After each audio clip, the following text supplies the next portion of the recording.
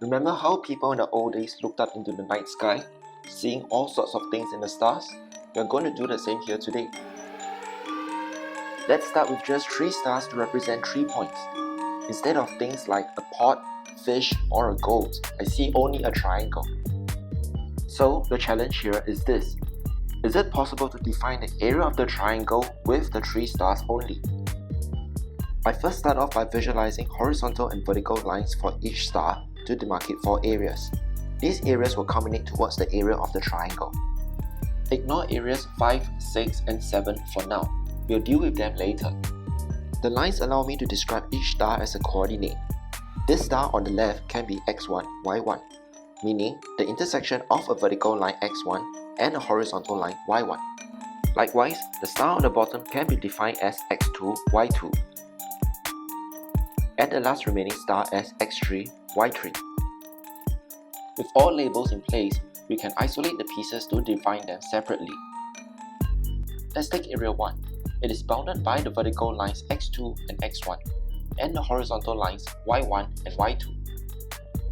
The area of this right triangle can hence be defined as half times base times height, like this. We'll put that expression aside for now and stare at something else. What can we define with points x1, y1 and x3, y3? With x3 minus x1 as a base, and y3 minus y1 as a height, another right triangle is defined. This one encompasses areas 2, 3, and 7 as indicated here. And now, we put that aside again to focus on our last combination of x2, y2 and x3, y3. Once again, the difference of x3 and x2 yields a base, and the difference of y3 and y2 yields a height. We've ended up defining a right triangle made up of areas 3, 4, and 6. But hang on now, if you were following, you would have realized that we only needed the sum of areas 1 to 4. This is awkward. It seems like we have done too much. To recap, these are the 3 expressions we have obtained by calculating the areas of right triangles. We have area 1, so that's good. But the next expression comprises area 7, which we don't need. And the last expression comprises area 3, which is double counted, and in area 6, which we don't need as well. So, the second challenge now is this. Is it possible to consult the stars to define what we do not want, namely areas 3, 4, and 6? Amazingly, yes. Look at how these 3 areas are bounded by the difference of x3 and x2, and the difference of y3 and y1. They can hence be described cleanly as the expression for the area of a rectangle. What this means is that our triangle can now be defined as the sum of all 3 right triangle expressions minus the stuff we don't need.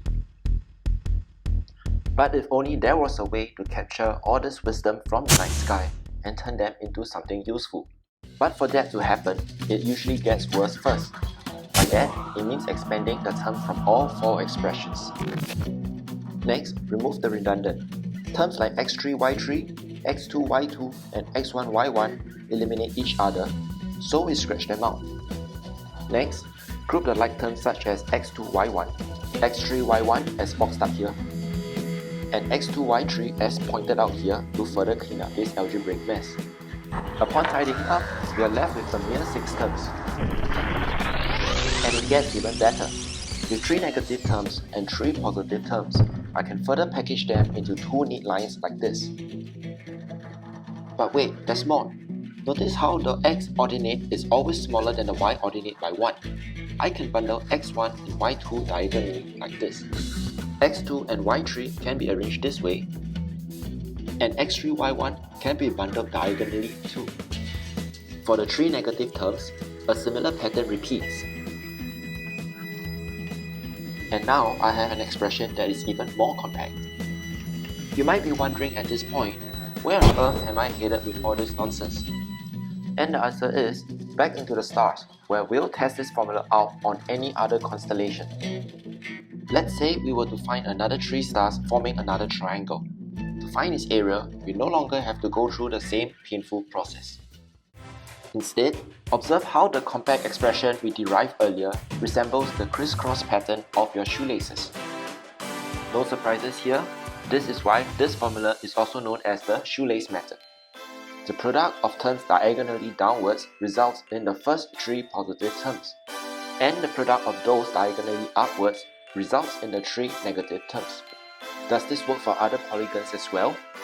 Look at this quadrilateral defined by 4 stars, from x1, y1 to x4, y4. Mathematics is all about pattern seeking. Realize that the same compact formula works. You merely have to add in an additional coordinate x4, y4 in the shoelace expression before ending off with x1, y1 again. With that, I hope you can better appreciate how algebra weaves coordinate geometry elegantly into a shoelace formula. And with this tool, it will become much easier to calculate the area of any straight edge polygon in any two-dimensional space.